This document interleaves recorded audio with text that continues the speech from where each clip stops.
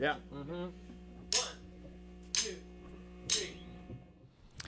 Good afternoon. My name is Bahman Yazdamfar, and this is Turnaround, the weekly program brought to you to discuss the human elements when it comes to interaction with each other in the larger organization or institution or business environments. Our weekly program started on November 4th of the last year. We had a goal of having at least 24 programs, and I am honored to say that it is our 25th show, and it is our last show for this season till my colleague comes back from his mission. Apparently, his system has some sort of the interest overseas, and they want to discuss that with him. You seem very skeptical about it. No, I'm not. It's almost like I am not skeptical. I am just saying that a small show goes all the way to the Let me finish my introduction. All the way. You see how excited that is. That is why this program will be a little bit different. It is a little bit of fun time, and in addition, we have a guest, a returning guest, who originally raised the bar of the show, but I'm not sure what he's going to do this time. So it is the level of my skepticism. So you can see how skeptical I am. But beside the jokes, today this show, the last show, is a very interesting show because we are talking about completely something that is considered to be taboo among public to talk about. Exactly. So first, my colleague John Hardy is here, and I ask Porek to introduce himself with his full name for those who hasn't seen him on the last show. Well, thank you, Bahman. It's a pleasure to be here. I can't even pronounce my own name. Why? But let me try anyway. Okay. It's Porek Lally. Okay. Porek being an Irish version of Patrick. Okay. Right. You need the subdivisions over there. Patrick is a pretty common name in Ireland. St. Patrick is our patron saint, you see. Yes. So it's not St. Patrick, St. Patrick. St. Patrick. Yeah. Okay. So we have various subdivisions of that. In the Irish side, you have Porek, Podrick, Pa. The English side, you have Patrick, Paddy, and Pat, just to name a few. Are you a saint? I leave that for you to judge. Okay. So your name is Porek, not Podrick. Well, Podrick would be the classical pronunciation of the word. Podrick would put you on the Black Adder, I think. That would be the Black Ladder? Well, the Black Adder, you know, the television show. Yeah. Yeah, exactly. Ron Atkinson used to play Podrick that. or something like that. No, it's very Elizabethan. Yeah. So would you... It was very interesting. So you were lucky to come out with Porek. I think not. Okay, and what do you do for a living, Porek? That's also a good question. I work in the water industry. Okay. So I work for a company who does, would say, water recycling, water reuse. So you, for example, you would take within a building or within a house, you would have shower water and bath water, and so we develop equipment and machinery for residential and commercial use, where that water can be taken and recycled, say, filtered for use in toilets. For a shower, not for the drinking, though. Not for drinking, no. Okay. No. So shower and bath water to toilet. Okay. So let's say you're in California and they have a water shortage. You say, why would you use perfectly good potable water to flush your toilet with when you can reuse other water within the house? That's the only thing I would ask, what is, let's say, the experience of the person who's using the toilet? Let's say, would they actually experience the difference between, let's say, your water and a competitor's water? Well, I think that's really a taste test, but yeah, I suspect they might. Yeah. Is that something that you encourage? Well, if you see your scalp is burning, then you see if there is a difference between the water. That's what you call their customer service. No, I'm not talking about the filter water. I'm talking about in the fracking area, there is a just exaggeration that you can flame the water or something, so you can see a difference between the actual filter water and the water comes from the. The color of the flame's a little different. Right? I think a glass of it it every day would be good for you. Oh, you think so? Yeah. Now, Porek, I bring you up to date, and then we start the discussion today.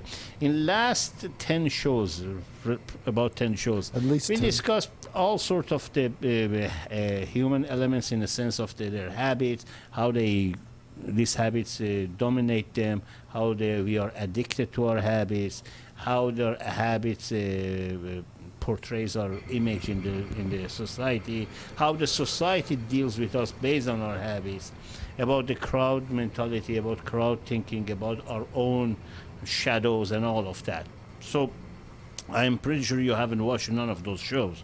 However, They're on my list. but I am glad. Listen, he's living tomorrow, so therefore you have plenty of time to replace him with the videos. To You see mean I him. could watch videos of him Yeah, instead yeah. of actually Yes. watching him in real You know, life? in our Yeah. morning walks, you can actually take a a video of me with you. Now, And the advantage is you could turn down the volume. we try to get see? you in. We try to get You're a you in. pathological optimist. We try to get you in for last 4 weeks, 3 weeks or 4 Oh, weeks. much longer than Yeah. that. For no particular reason. And you were like a sleepy fish. Yeah. As soon as we tried to say, I made appointment to come here, something happened and you slept.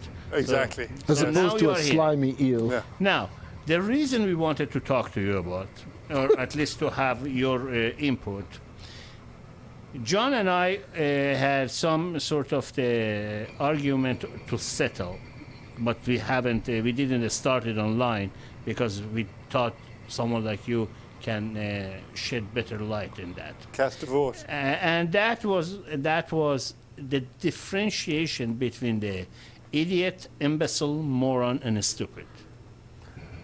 Are these Well, gradations? First, no, on the serious note, first, why do we see some people like that ourselves, and how we distinguish which one is which?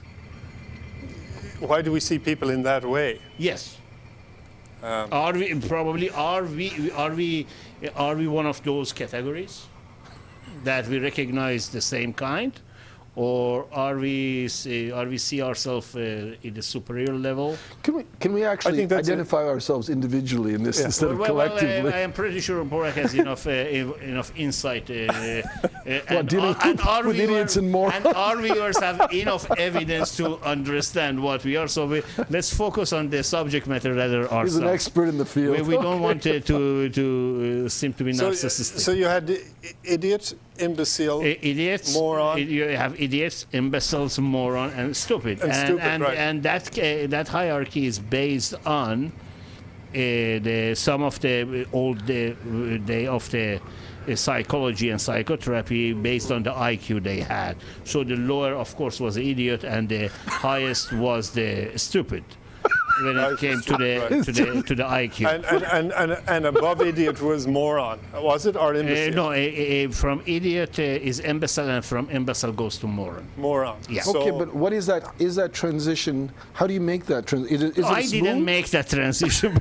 I know you didn't. You haven't made it personally, I personally yet, but others have. struggling to stuck Whereas in one of perhaps those Porek has already categories. achieved what you've been trying so hard to do. That is the explanation has been given in the old days that the politically correct was not an issue based on the level of the IQ they had. Right. So for instance, the IQ of the 0, let's say, to 25, 30 was idiot, and then 25 to 50 or 60 was imbecile, and then the moron goes to up to 70, 75. But the stupid is someone that is average IQ, but does the things, the lack of judgment. Right. Okay, well that's interesting because the most recent I'd heard was just down to 2. Oh, okay. So probably They'd eliminated the stupid and imbecile and just went with moron. Oh, they got it. Oh, they just go a straight moron. Moron and idiot. Oh, okay. Yeah, but I'm not. I think that the most recent classification might even have. So it is like maybe middle class. They're disappearing. Right. It's, Okay. I mean, it might make a case to say the world is getting more stupid, so we have less categories. Stupid is usually they understand what is the right way, but they are just having lack judgment. Like our politicians, they are stupid. Right. So Yeah, I cannot call them idiot because they have a purpose for someone or some groups. Right. but they are stupid when it comes to their judgment. Right. Generally speaking, I'm not saying all politicians, but I mean collectively. Right, but you're saying the base level is what? Idiot? The first base level is idiot. So, Right, right. what you said is idiot. Because most So- people would prefer to be called an idiot than a moron. But it's medically incorrect, you're saying. Well, by moron because it was allocated at one time by the mental institution as a part of the moron or retarded. There was a Well, category. it requires a degree of certification, which Right. means that you actually have to pass, certain tests. So that means that would actually place the moron to some extent above the idiot because at least he's No. graduated to that position. Well, I that think might be the I think reason, but curricularly we are talking about right now. He's offering an idiots- opinion. Yes, exactly. This is I mean, not, that's- this is that's not my- science. Oh, No, This is not really? science. This is Oh no, opinion. that was my basically it's my So contention. Let's focus on the between the Yes. idiots and the stupid. So how do you see that? No, but the stupid have been eliminated. Now we're down No, to, no. as Pork You- pointed no, out, the idiot. We're now left with, if I understand correctly, the imbeciles and the stupid have essentially been eliminated, Apparently. and now we're left with the Idiot and the moron. The idiot and the moron. So if we restrict Okay, our so- study to just those two, So a stupid, if a stupid is eliminated, maybe by those elite that they didn't want to seem to be doing anything wrong. So Right. I understand that. So maybe mainly politicians do that. They don't want to be called a stupid. Right. He says it was voted down at some Okay. point. yeah, be referred So to as an right idiot. now we have imbeciles and morons. You No, said. No. Idiots and morons. Idiot Imbeciles. or imbecile is gone too. Imbeciles was thought to be pejorative as well. Okay. Yeah. So we have Yeah. idiots and morons. We start there, and maybe then we can Okay. move on to idiot. Let's go Because with really, idiots you should and- start from first principles. Okay, let's go to idiots and morons. Okay. First of all, let's say, what is the difference in your view between an idiot and a moron? Well, I think clearly from a scientific perspective, an idiot, will recognize another idiot, right? But he won't be able to recognize a moron. Because he's in the lower level? Correct. But Okay. a moron, on the other hand, would be able to. Okay, how do you describe it? I mean, let's say from the perspective of an individual. When do you call someone moron? Well, that's a very good question. No, I'm serious. I'm not. When would I call somebody a moron? Moron, yeah. I mean, Or- in what or myself. condition? Actually, Well, very serious. We're talking about. Do you remember? Is it indication that you are calling me right now? Well, no. No. Don't mistake my finger from what it's pointing at. Not right? you personally, but somebody who might be Resemble mistaken me. for you. No, anyhow. Well, Gurdjieff, you remember him? Yes. George Oh Gurdjieff. yes. Who? Gurdjieff. He was Gurdjieff, yeah. He was a spiritual teacher in the early 20th Great century. dancer who did those I don't know dervishes. about that. Oh, no. Yeah. Okay. Yeah. Okay. Gurdjieff was a very well-known figure. He came from Russia, Okay. and he started a school. And in the West, it was one of the first sort of schools of what you call self-observation. Right? Okay. So Gurdjieff was very much into self-observation. He used to do all kinds of practices. A lot of very interesting people, came out of this Gurdjieff school. Okay. Oh, she had a school? Well, it was a he. He, yeah. okay, Well, he he had had a a school, but it kind of moved around. Okay. I think he started out in Russia, eventually had a big school in Paris. Then there was a guy like Ospinsky, he was a student of Gurdjieff, and they had another school. So it was kind of the Gurdjieff. They were looking for Gurdjieff felt he had fragments, and Ospinsky of a teaching, and they were looking for the source of this teaching. But Gurdjieff was very much, I believe, a first principle sort of guy. It's So like one of- a relationship between Socrates and Plato, for instance. Yeah, perhaps. So, In modern time, though. Right. So Gurdjieff, for example, he would have a group of people, and they'd be performing different tasks. And the basic thing Gurdjieff was always talking about was that we were asleep. We weren't really awake. We were going around in a dream, right? So he would talk to people in his group, and he would say, "What kind of idiot are you today?" Right? And so Okay. they would have to define what kind of an idiot they were, right? Okay.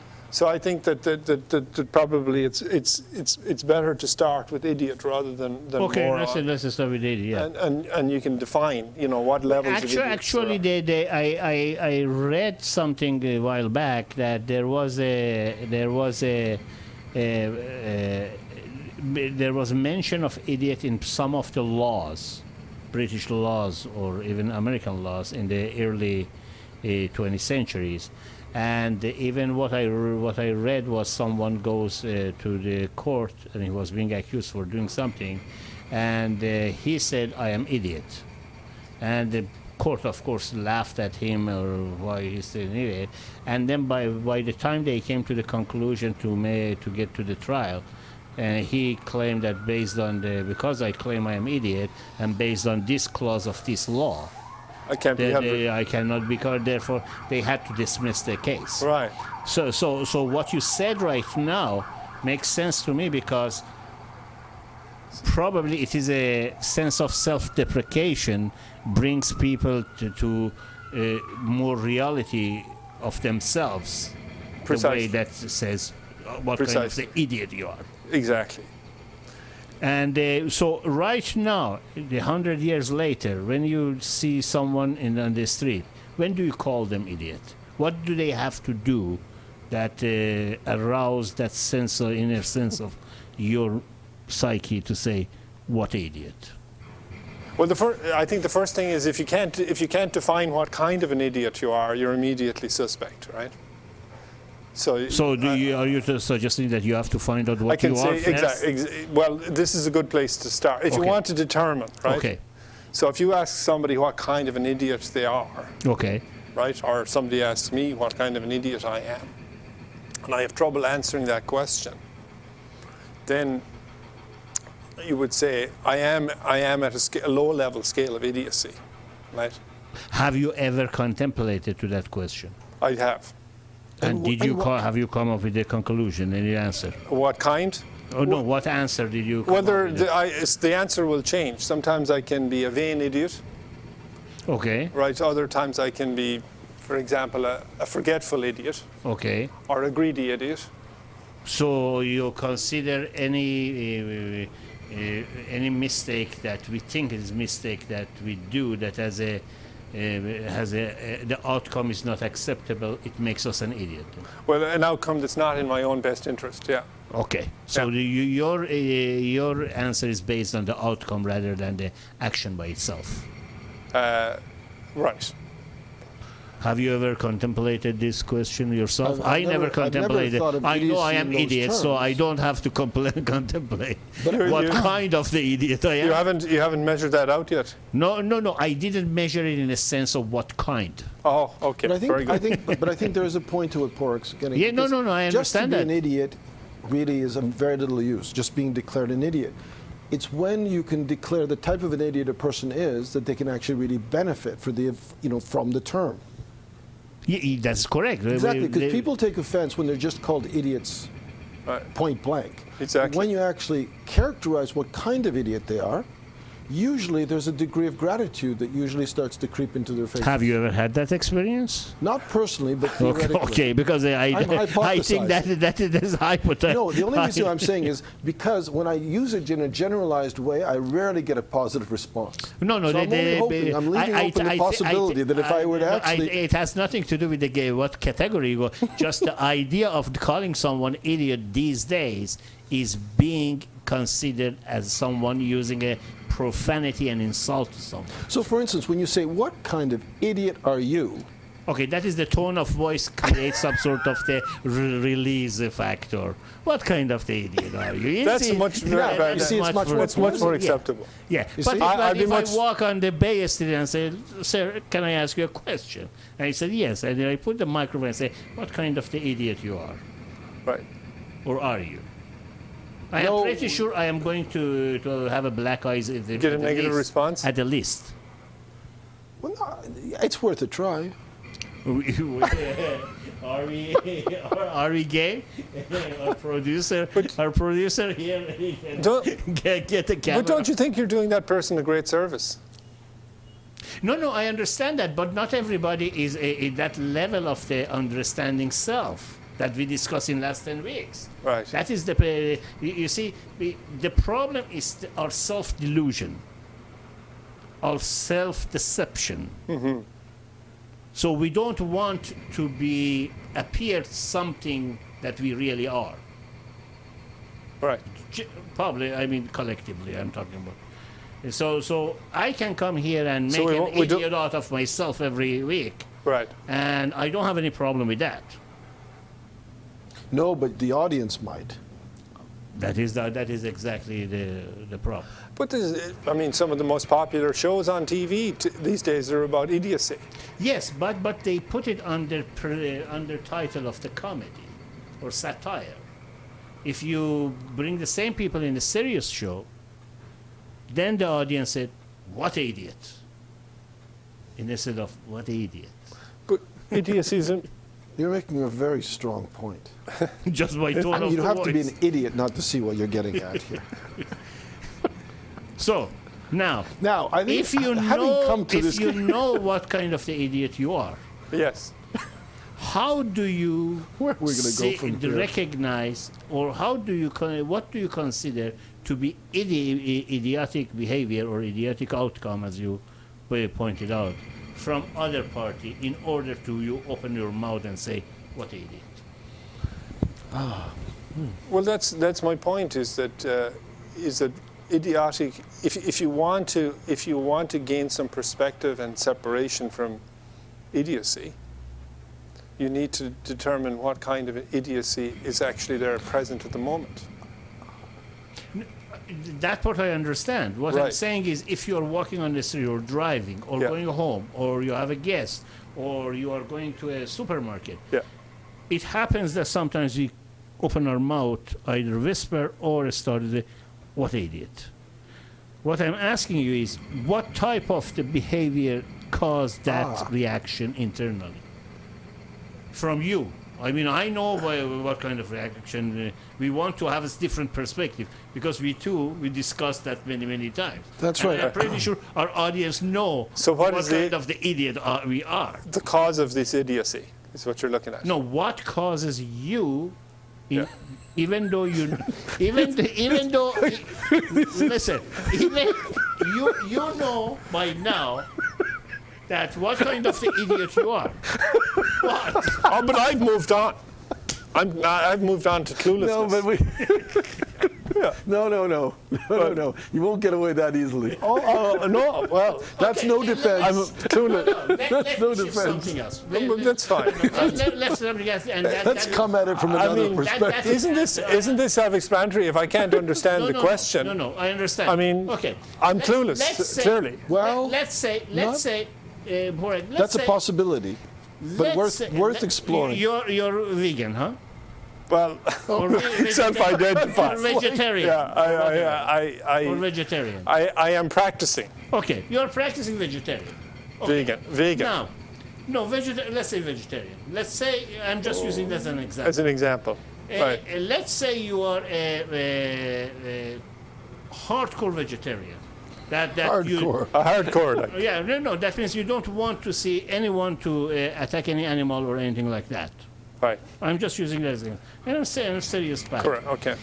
And then you end up, let's say you are touring somewhere in Niagara Falls or somewhere else, and end up as part of your tour that they take you to the slaughterhouse. Where they're You killing. say that they are killing the cow or pig or whatever slaughtered, and that is completely contradicts your belief system. Right. That is the part, the core I want to get into. Do you call them idiot at that time? Because of either outcome or behavior that is not a match with your sets of ideology. I might. Would I call them an idiot at that stage? No, I would not. Not directly go to the slaughterhouse manager and say you are idiot, but what I'm Correct. saying internally, or whispering it in your mouth. Internally, Yeah. this is a distinct possibility. Okay, so we are talking about the difference of the sets of values then here. Yeah. You mean external Okay, so is an No, idiot? that is the point. We are So not- there is a degree. We use the word idiots, moron, imbeciles, and all but- of that because we wanted to get. But to there's the also a core of the degree. judgment. But there's a degree of choice. So what are you saying here, though? You're saying, because I'm saying I wouldn't say it externally, but I might think or feel it I internally. don't care even No, if you don't say care. it externally. What I'm saying is your core of value, by knowing what you are, decides what you see outside. If it's not matched to your core of value, may be considered to you as an idiot. That I'm trying. Correct. Oh, that was the whole point.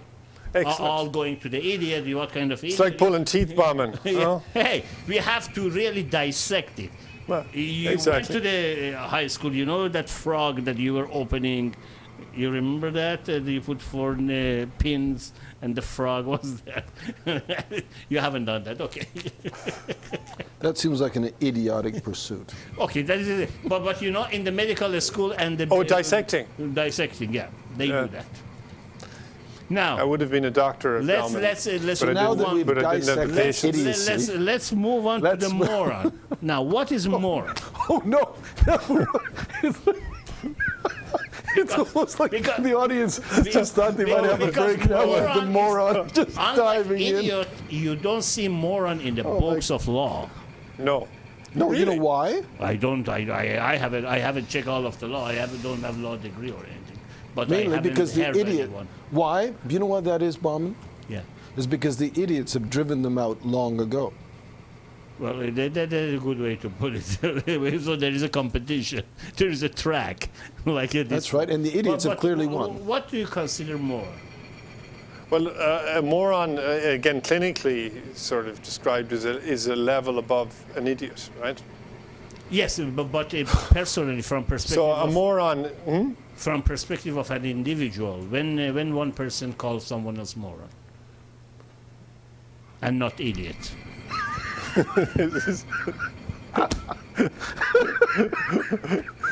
Bauman, this is one of the tougher questions I've ever had to answer. in my You life. see, that is the problem. You see, the society we live in, we just either just stop using certain words, We're or coming we to don't really the use- nub.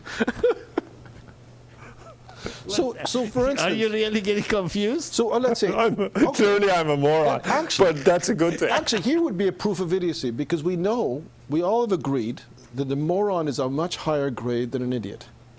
And therefore, any idiot who is not flattered by being referred to as a moron is clearly an idiot. Would you not agree? Well, if I agree, that means I am idiot. If I don't agree, that means I am moron. No, I leave it at no, So your I leave case, the, I leave your the, case I is leave like- the audience. Oh, no, to no, judge. I think agreement. Your case is like a defense attorney trying to examine a witness. No, I leave it to you. Look, I'm giving you every I opportunity. want to learn it. I don't want to teach. I am just trying to learn why we go outside and we engage with. Let's say we are sitting and having dinner. Okay, few friends. Yeah. You're having dinners. You provide your opinion about some subject matter. I do the same thing. He does the same thing. Maybe I agree or disagree with part or all of your argument, and then we get in discussion. Okay? The etiquette of the table is we don't want to upset each other. But in our thought, maybe, because he said, what kind of the idiot he is? Right. Or moron. Or moron. Now, I want to distinguish between these two. Right. Is it just because of the opposing ideology? Is it because of the way that the argument is presented? Or is it just because of our internal deficiency of our own? The reason I'm asking you all of this because you were in the School of Philosophy. I want to know the philosophical point of view. Albert, hold on a second. I think Just because a person, you were actually had a very high position in the School of Philosophy, do you feel that particularly qualifies you to identify and categorize the idiot? Perhaps it does. Well, I was aspiring to be a moron, and I thought. And to what degree did you succeed? Well, I felt that after many, many years of concentration and etc., that I had come to I had separated myself slightly from my idiocy. I did have some awareness of it. So you received certification. Well, there were various categories of idiocy that I had mastered and moved on from.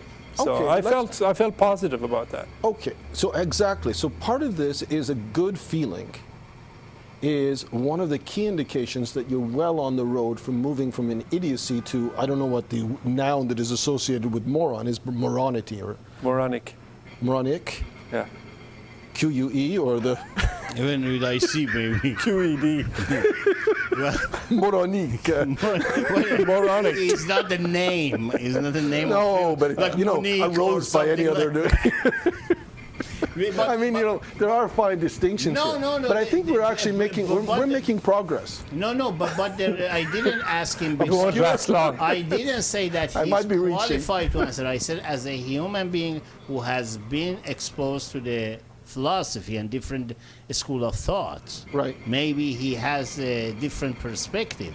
I did not ask him as a specialist in that field. I Right. don't As a want specialist to put, on idiots. I don't want Okay. to put you in that under that pressure. So Well, I'm thank you. just another human being, but with the difference of that you are educated man, you're self-educated when it comes to the matter of thoughts and philosophy and so on. So you have a little bit different perspective or better perspective than most. At least I want to believe that. All evidence to the contrary. No, actually, no, not at all. You're being too humble here.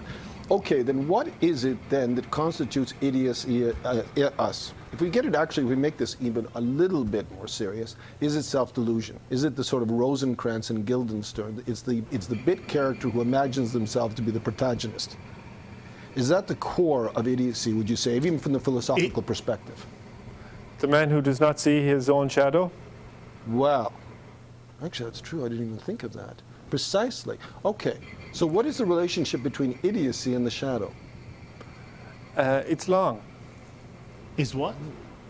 Long and winding road, no doubt. Long? But You say it's long? The relationship Oh. oh, not the shadow itself, the relationship. No, I thought and the shadow. I thought idiocy has a size, like a Oh, short. there are different measures of idiocy, but the thing is, the large idiot sometimes is no greater No, than the short that idiot. is a good way. Actually, I think that comes back to you said Gurdjieff. Gurdjieff, yeah, Gurdjieff, That you yeah. said what kind of idiot you are. So Right. so that means how far you are from recognizing or seeing your shadow, and how far from what you supposed to do and you are not doing it then. Right, exactly. So Gurdjieff is shining a light on the. What happens when you shine a light on the shadow? What happens then? Well, if it doesn't anything happen, you just Oh, it see forms that- a shadow or it goes away. Well, depends. It actually forms depends a how new thick. shadow. A new shadow. Yeah, it depends. So it's how a new shadow. You're Right. just pushing the shadow outward.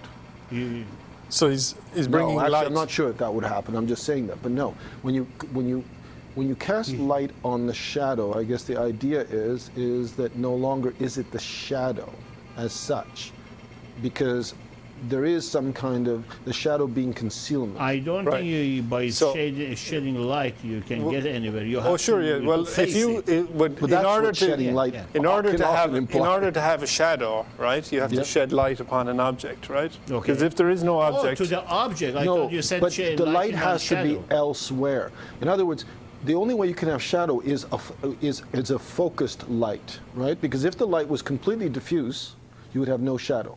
So something has to be lit, like chiaroscuro. Something has to be lit in order to, and there has to be a focus to the light, such that there's greater light here than there is there. Okay. There it is. directional light. Okay. Directional light. Now we're getting somewhere. Okay. Right. Let's assume, We are. Let's I agree. assume this. I would like to think. Let's assume this scenario. Right. If we are and there is a light, a source of the light, Yeah. and there is our shadow, Right. and the idiocy or being idiot is not to understand our shadow or not to face shadow. First of all, what is the source that makes that we have that shadow? Is it our experience? Is it our... What is the source of light? Yes. This is a very profound question. Of course, in this show is profound. No, Yes. but in the You case don't of underestimate this show. what is the light that creates? It's our ego. It's the focus of our I ego. understand that. I think but not. No. Okay, then what would you suggest No, it it is? has to be external you- factor. It has to be external. No, factor. the light. What creates our own shadow is where our attention is. Oh, But no, I would suggest that then- disagree. I don't Okay, think so. Okay, but then what does Pork say? I mean, he's the philosopher. We're amateurs here. We have a professional among us. For God's sake, man. You're familiar with the story of the cave, Plato? No, Allegory of the cave? no. Please educate us. All right, so pictures would help, but basically you could picture if there's a bunch of guys sitting here on the couch, right? Okay. Or on chairs and we're in chains, right? Okay, And all we can do is see straight ahead, right? that's correct. And now behind us is a sort of a raised walkway, as it were, right? And on that, behind that walkway, there's a series of creatures walking back and forth, right? And behind that, you consider like a light, right? There's a Yeah. light. So the light's shining on these creatures. And, They're walking back and forth, and there's a screen out front. Yes, right? okay. So all of these guys can see is A all of this huge, things, shadows moving on the wall, right? Like a shadow on the wall. And so basically for these individuals, that's their world. That's all that exists, right? Okay. So they look at these shadows every day and they're talking about them, and this is their world, this is their story. So Plato says, now what would happen if you took one of these guys and released him from his chains, right? And then and turned him around, right? All of a sudden, like he would have a new perspective on life. And let's say, for example, that this guide was to start to take him out of this cave, right? So you'd take him out of the cave. He might like resist a lot at first because like now he's in an unknown world. And even as he's going out of the cave, you know, he might be a little bit scared. But imagine he keeps going and the sky is guiding him along. And he takes him to the edge of the cave. And like there's light out there. And it's like he's blinded by the light, right? So he moves along a little further and he looks, maybe there's a pond close by, and the light is so bright he can't actually see the light, but he can see sort of the reflections of objects. You know, let's say there's a pool there and he can see the reflections of objects there, right? So that's kind of a bit like what he was seeing earlier, but much more intense, right? And so gradually though, then he gets to look at those objects for a little longer, gets used to the light a little bit more, a little bit more, a little bit more. And then eventually he starts to look up and he sees the sun. And now he goes, wow. So that is what is bringing This visibility to this. to this, Yes. right? So he's seeing the cause, source. the The source. source, He's yeah. seeing the cause of visibility, right? So your man then, the wise guy takes him and he leads him back down into the cave, right? And he brings him all the way back down and he puts him back into the chains, right? And he's with the rest of the boys, but But he has seen something he has, seen the light, Okay. and all kinds of manners of gradations in between. But of course now he's down there, and if you've ever imagined going from the bright light into a tunnel or into a cave, it's a very disorienting experience. It's, Right? it's like going from light to your bedroom and you turn off the light. Exactly. It's a very Yes. disorienting experience, you see. So he gets back down there and he starts talking to his buddies either side of him. He's going, guys, what you're looking at here, It's just a shadow. it's not real. Yeah. It's just a reflection of what's really exists. And of course, like, you know, they laugh at him, right? And they call him an idiot. Actually, they call him a moron, Oh, okay. right? You sure it was moron? No, you're actually right. So they're calling him an idiot. You Yeah. see, but you see now, and he's trying to explain, but he doesn't have enough knowledge of the light yet. He's just seen it, experienced it, but now he's gone back into the darkness. So he's confused, right? Right. So, but he has a different kind of confusion than the other people, or a different kind of who ignorance, didn't right? have that experience. So they didn't have the experience. They're absolutely certain And about their comfortable world with where you and are. deluded, Yes. right? But he has experience of the light and the darkness. He knows that this is not real, but he still can't quite figure out what is real. So he's in between. So he has now elevated to the level of moron, you see? And he can now see these guys are idiots, right? But they think of him as an idiot. So this is the challenge, you see, right? This is the story. So in this story, though, Actually, is there enlightenment beyond this? Matches your philosophy. Well, not just mine, any philosopher. It's the story of it, but it's a story of enlightenment, also. Outsider now. Well, exactly. But this is where my next question is because to me, the outsider starts exactly in that position, what you're describing. They somehow innately have that position. They just somehow have a sense of the light, but at the same time, they have to live in the dark. But at the same time, there is a transition to a higher level where they actually reconcile the two. But how does, let's say, Plato deal with that? Okay. So now we've got the individual. We start off with the base individual who's just stuck there in the cave. That's the first level. Then what we've got are the people who've left, metaphorically, and now they've returned back. And so that they have they're in between worlds, so to speak. Right. Okay, is there a third level? Is there a level that Plato speaks that it's beyond that? For instance, the philosopher, is that the philosopher, or the philosopher is a higher level than that, according to Plato? well, I mean, at this stage, you would say the philosopher, I would say, is the guy who led him out of the cave, right? But ultimately, how did the person who's now in that second position come to be the philosopher? Like, what is that road? Well, so begins the journey, right? So that's the opening of the journey, and so now they have to reconcile those So two the positions. seed, not only is the seed in him, but he's seen it, right? Like the seed, you could say, is in everyone. But so the light's Now it's in everyone. awakened. The light's in everyone, but now that light's been awakened, right? Right. And now he has, To a in degree. a respect, he doesn't have any. Now he's in. This is where they say ignorance is bliss, right? The guy's just looking at the wall. Now he knows enough about the truth or being. The sun often represents being rather than the shadow, which represents becoming. It's the broad categories, right? So now the only thing that will ever satisfy him ultimately is to find his way back to the source. Okay, that is the outsider. In the CSP, that is actually, Yeah. no, in fact, to the point, that is actually it. innate element. That Now, is the outsider yeah, by condition, not the outsider by the innate. Yeah, exactly. Unless he initiate that move, then become your outsider. No, I would say exactly Right. the distinction. That's Now, correct. Yeah. coming back to the shadow, that is a good source. That is why I disagree with the issue of this light is the ego, because light is always outside source that makes us to have that, let's say, ego or whatever we have, and that ego creates that shadow, or the shadow is there which added to our own ego, and we just want to stay in that. But this shadow that we're talking about in your metaphor there. No, I'm talking about our shadow. I'm going back to our exactly. shadow. Yeah. But okay, here's the distinction. In that metaphor, we're talking about, the shadow is in relation to almost the shadow of sort of, God's shadow, or it's on a much more collective global level.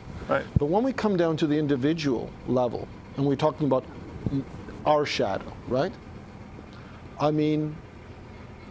Then what has to be overcome? What is guarding this shadow to me but the ego? What prevents us from engaging with our shadow, right? That idiot, I think, And what is it that makes us idiots? Oh, no, but is this an ability to connect to a shadow? Not It's literally being educated, not being educated based on the story he said. Like the rest of the chained people, they still stayed in that level. Now, in Plato's story, Right. in the story, I think this guy was actually dragged kicking and screaming. Like, he was not going up voluntarily, right?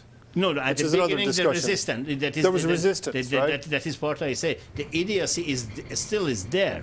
Yeah. unless you get someone, the subject matter, and get them to force educate them to understand Is that what Plato's belief was then? It was the implication that you had to somehow forcibly, you had to force the population to actually reach the light. Like, so it was basically, almost conscription enlightenment. Is that what he was implying? I don't know. 'Cause it doesn't, It's a little unusual, I think, part of the story, right? Because you'd normally like to see, we go charging up the hill.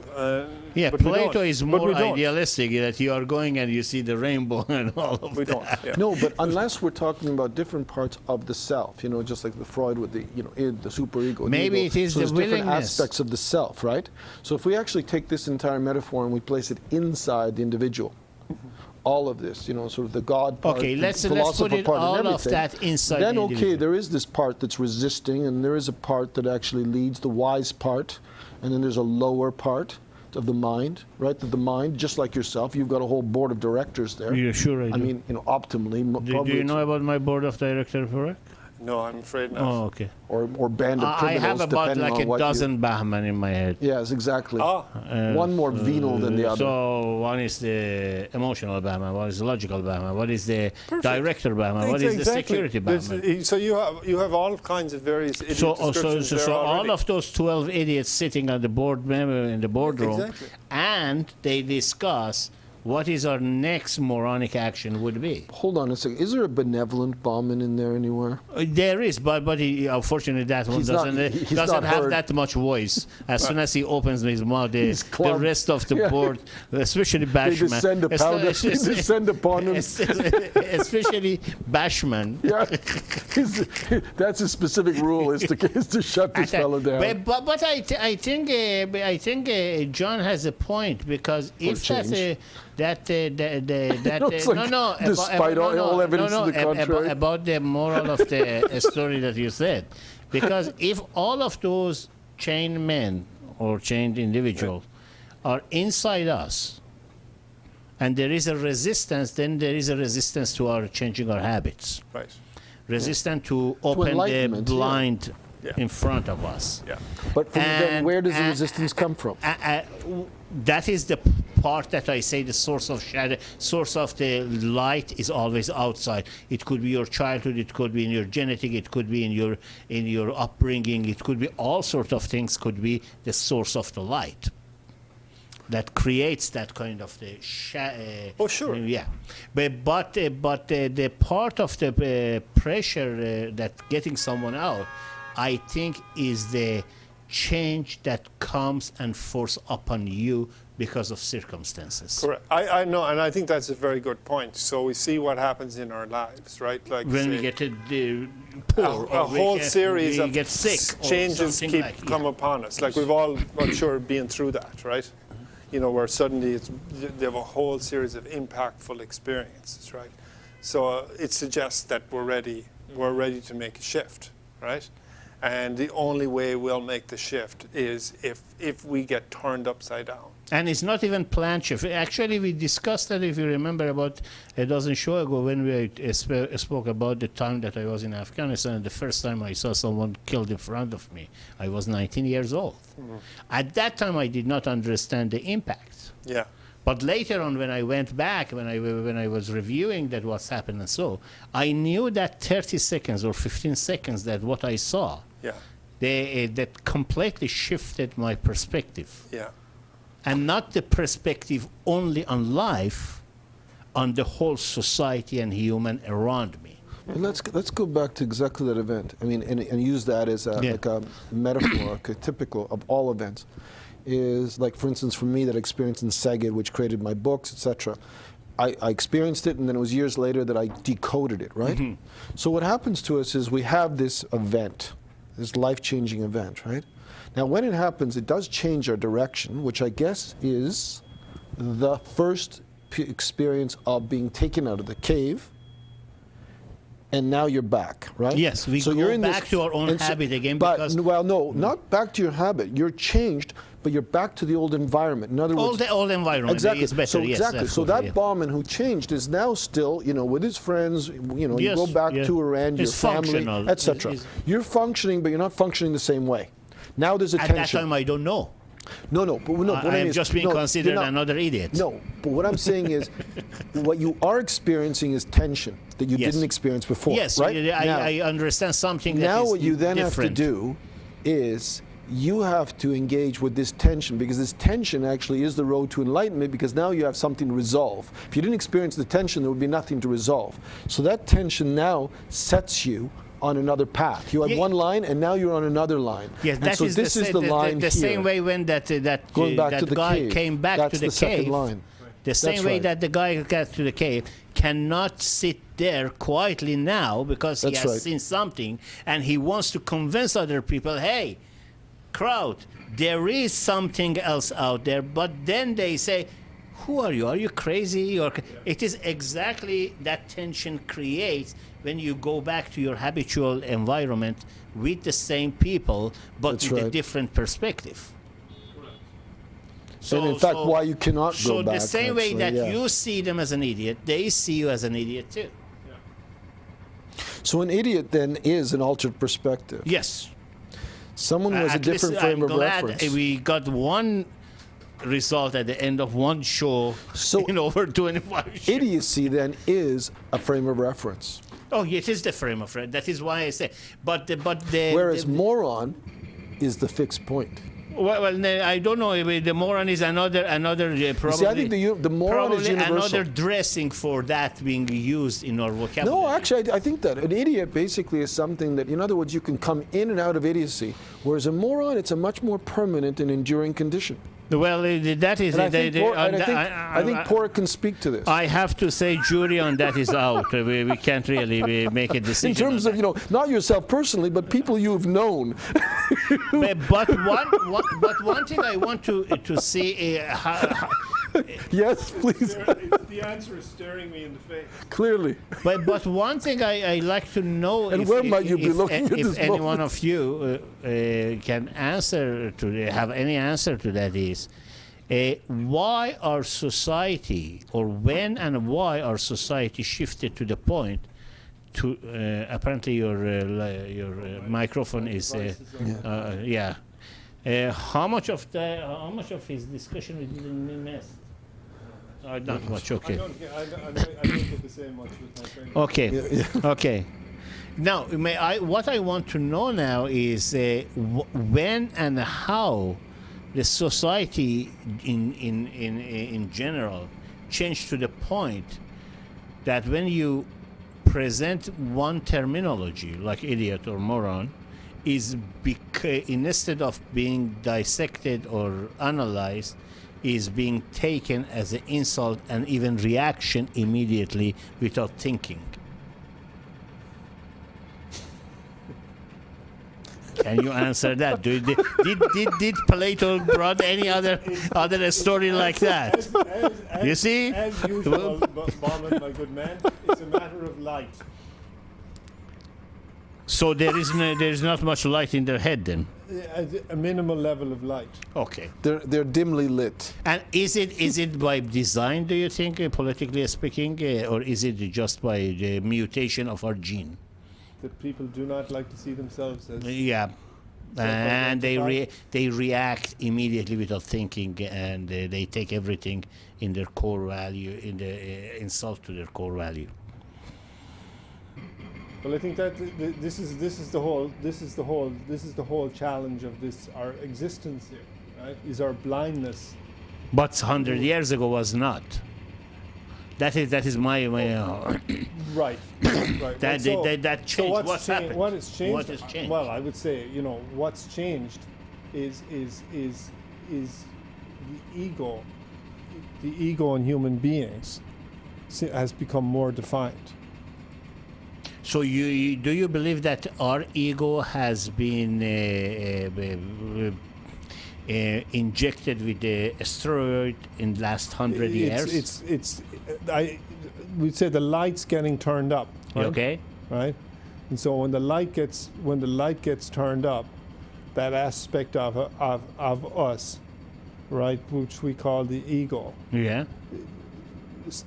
starts to bathe in this reflected light, and it does not want, in the beginning, to see itself. It doesn't want to see reality. Okay, and is it do you consider, personally, I'm just your opinion, do you consider it is a process for the human direction, or is it a test? I don't know. I'd say maybe it's a process insofar as I think you see more and more Of how far we can be stupid. Individuated. So Oh. and again, this is just speculation on my behalf, but I'd say, 100 years ago, society less educated, more uniform, people had less of their own opinions about things. They might at one level, as a general mass in society, you would have at the same time you would have at the upper classes people very well read, people very well spoken, their vocabulary was probably a lot better. Okay. Right? But I think you have a heightening right now of what they call ego, and that's serving a useful purpose.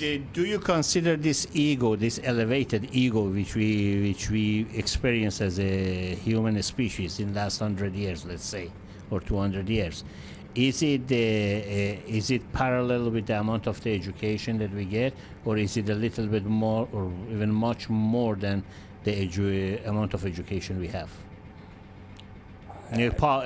Collectively, I'm not talking about individual. I think it's parallel. I think that's a very key point in it all, right? As we get to a point where we can begin to, well, sometimes what we call, like today, we call spiritual perspective. Okay. Right? It's kind of like you realize the life you were living, you start to realize wasn't making much sense. Okay. And you want to live some kind of a better life. Okay. So you want to become a better version of yourself. Okay. Right? But at the same time, you don't want to be like you were before. And part of us, this ego part of us, goes, part of this push is to be better than, not just better than who you were, but better than other people. Shouldn't this process elevate our tolerance? Which process? The whole process of the getting more light, getting more educated, getting more spiritual, shouldn't make our because the probably collectively the tolerance is much less. Well, I think again when we speak about education, what we're talking about more in the last 100 years is what we call rational, right, left brain thinking. There's an excellent talk, I don't know, on TED Talks done by this guy who said we've spent the last 150 years educating this part of ourselves, right? So we've become more seemingly rational, but at the same time, I think we've become more cut off. Because if you want tolerance, you don't get rationality doesn't bring tolerance. That makes sense. So there is an internal conflict with the as a result of the improper speed of two part of our existence. One that is education going faster than our. I would call it selective education, right? Okay. Education in what I call logical. Yeah, I understand that. The education, utilitarian. I mean the education is being system. taught to us. So you see today, right? What's education all about? Getting a job, being useful. Yes. Okay. Figuring it out. Makes sense. Like, but at the same time, that kind of process leads to more and more separation, right? Which that creates the lack of tolerance. Which of course, it creates a lack of tolerance. Because you don't have the exercise of seeing other people to engage with the interactions and go to the right part of your brain, which is more emotional. Or the heart, right? Or the heart. Exactly, yeah. What do you think? Are you thinking at all? I was trying hard not to, but yeah, I was, on the road to this enlightenment. But I think, and I'm not even sure if this is on topic. Probably not. Being consistent with my previous performance. That in the last 10 minutes you were percolating completely different subject matter. But I mean, that wouldn't be the first and the last time such a thing happened. That's why I'm here, providing whatever it is I provide. Okay. One thing I was thinking about, one of the topics that we were considering talking about, and it sort of leads to this, as we were talking about this sort of aspect of what part of the brain we're developing, etc. I'm wondering about, let's say, even this sort of path to enlightenment, the moment it becomes institutionalized, the moment that somehow or other it becomes sort of a declared path of education. Any school, let's just say like the School of Philosophy, that it's not the average school, it's not mass education, but the moment people set themselves up on a course towards enlightenment, doesn't that in a way create a resistance to the very thing that they're seeking? In the sense that, to me, enlightenment comes from, you know, for instance, Socrates talks about identifying the first level of knowledge as personal knowledge. It's your own personal experience. And so the moment you introduce people into this institutional environment, they're now placed in a position where they're putting their focus on some kind of second-hand experience, even if it's the experience of a great genius such as Socrates and Plato, as opposed to their own.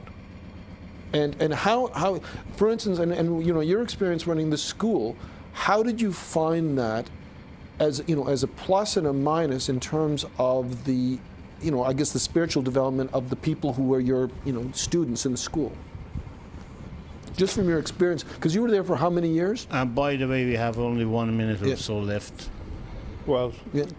quite a long time. But as you say, people come to schools like this, essentially looking for some kind of understanding, enlightenment, whatever you want to call it, liberation, etc. But it's always an enormous challenge in any one of these environments, because schools always look for processes and methods and means, and they usually start to move along more and more rational sort of lines, which tends to lead towards some level of conformance, right? Okay. Right? Even when it comes to philosophy or anything. Even like when that. it comes to philosophy, I mean, you see this Which in is completely you see it should be in unconformist. Sure, of all. but you see it in academia, you see it in spiritual work and everything. The tendency to want to conform, because conformance is easier, it's uniform, it's less troublesome. So For I whom? think it's less troublesome for the group. Oh, for group. For the okay. group, right? And For that matter, for the leaders as No, well, yes, because that was my probably more direction. My of course, but I'm saying it's the whole thing is, it's very, very difficult and very, very challenging to have any kind of organization that is enlightened in any way. They tend to the opposite direction. Even though if they claim they want to do that. Well, claim, yeah, especially. Well, thank you for this last show of this season. Yeah, I think we really arrived at some hard conclusions. We are just about close to crack the. Yeah, we've just about cracked that code, and now you're leaving us. Okay. Well, we have to leave something for Yeah. when we come back. First of all, thank you for coming for this entertaining You are show. welcome, my good man. And it was great to have you here. Otherwise, I wouldn't know what to say with this guy for the last show. Frankly, we've run out of things to say, so you came at just the ran right out- time. Even though we claim we are philosopher, but we ran out of the Even philosophy has failed It us. has its own limitations. And for John, I wish you the best in your journey, and I hope you come back with a bunch of new experiences that either confirm or contradict whatever we just spoke. Or at in least will last cast new light 25 upon all of shows. this. Exactly. And with this, I'm ending, closing this show. Thank you for being with us. At this time, I cannot say we meet us next week, same place, same time. Meet us when John comes back, and we will see what he brings as a souvenir from his journey. From the Thank east. you and good night.